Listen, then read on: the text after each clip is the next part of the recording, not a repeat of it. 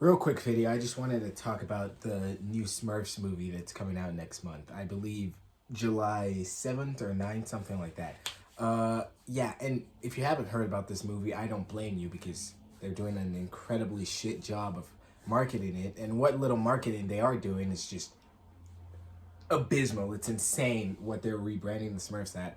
I want to talk about this because if you don't know me, I'm an incredibly huge, ginormous Smurfs fan. I saw the Lost Village movie when it first came out in 2017 in theaters.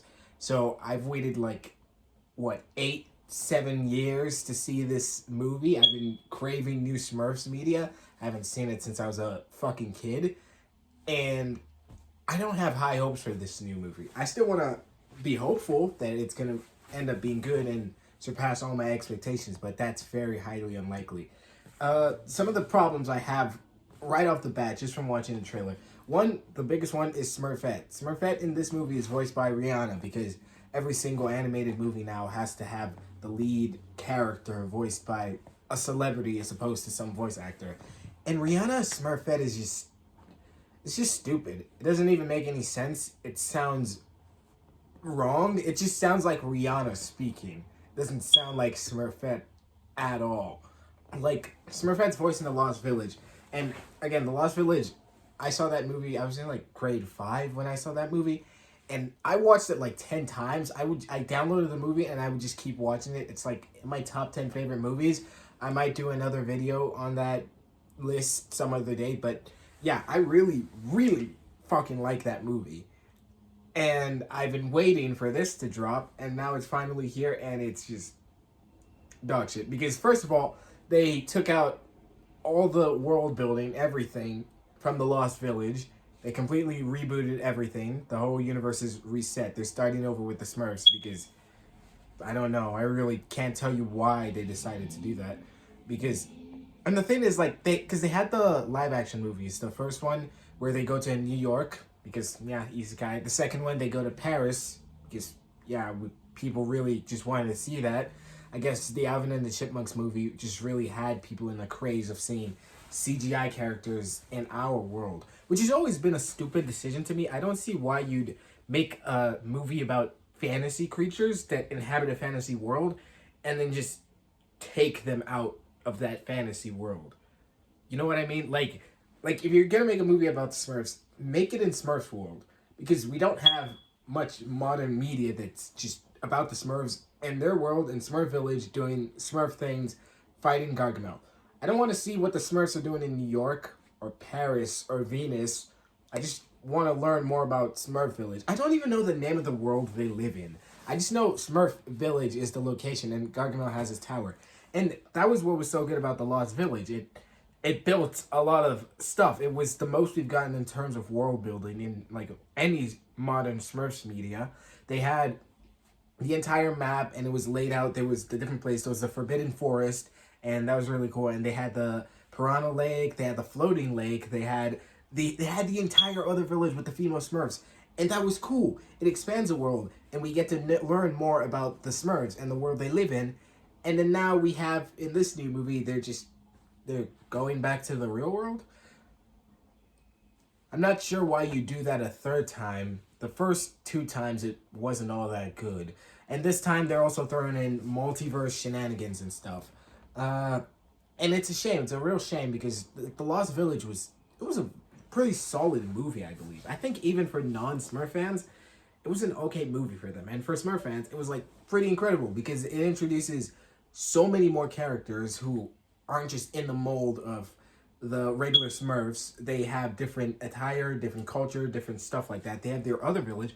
And I was really hoping to see, well, where are they going to move forward from this? Are they going to merge villages? Are they going to maybe create a trade system and shit and like move resources between the villages, stuff like that? How would they deal with Gargamel and shit like that? Because he doesn't die. He's still alive at the end of the movie. So like, what's going to happen?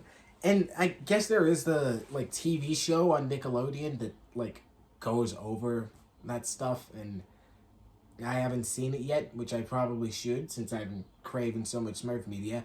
But I don't think that goes too in depth into the thingies because it's more of an episodic thing where challenge rises, we take care of it. Much like the original Smurf comics, where they would. And yes, let's talk about the original Smurf comics real quick. The original comics were like really good. And I don't know why they don't just pull storylines from there, because there's a lot to do. There was a lot to do in the world of the Smurfs. Not just in Smurf Village, also outside of Smurf Village. But these people don't want to do that. They just want to take them to New York or Paris. And I don't know why. Just have them stay in their magic world. It would be like if I... What's a good comparison? It would be like if I made a How to Train Your Dragons live action movie. And, well, I know there is already one, but ignore that one. It would be like if I was making a live action How to Train Your Dragons, and I took Hiccup and maybe Toothless, and I just threw him in, like, Canada, or, like, New York. Why would I do that? That doesn't make any sense. And it's just frustrating. Because, I mean, I'm still going to go see the movie when it comes out, and I'll probably drop another video giving my thoughts on it. Maybe I'll like it. Hopefully. I am hoping that I will like it. The marketing doesn't give me much hopes. But then again, it's apparently it's being distributed by the same studio that did Transformers 1. And their marketing was pretty shit. And the movie ended up being amazing. So, who knows? Maybe this is a much similar case. I'm not sure. And I can't really say for now. But, yeah. I guess we'll see. The Smurfs franchise leaves much to be desired, and I know the common question being asked online is, who's asking for more Smurfs? Are there even any Smurf fans? Well, I mean, you're looking at one, but what is the demand for Smurfs? And honestly, I don't really know. I know like 2 other Smurf fans in real life, and I don't even know any online, which is strange. But yeah, I don't know what the demand was for this movie. I would have assumed we would never see another Smurfs movie again, like a theater release, but, well, here we are. And apparently it's a musical too, which I forgot about that. It's a musical.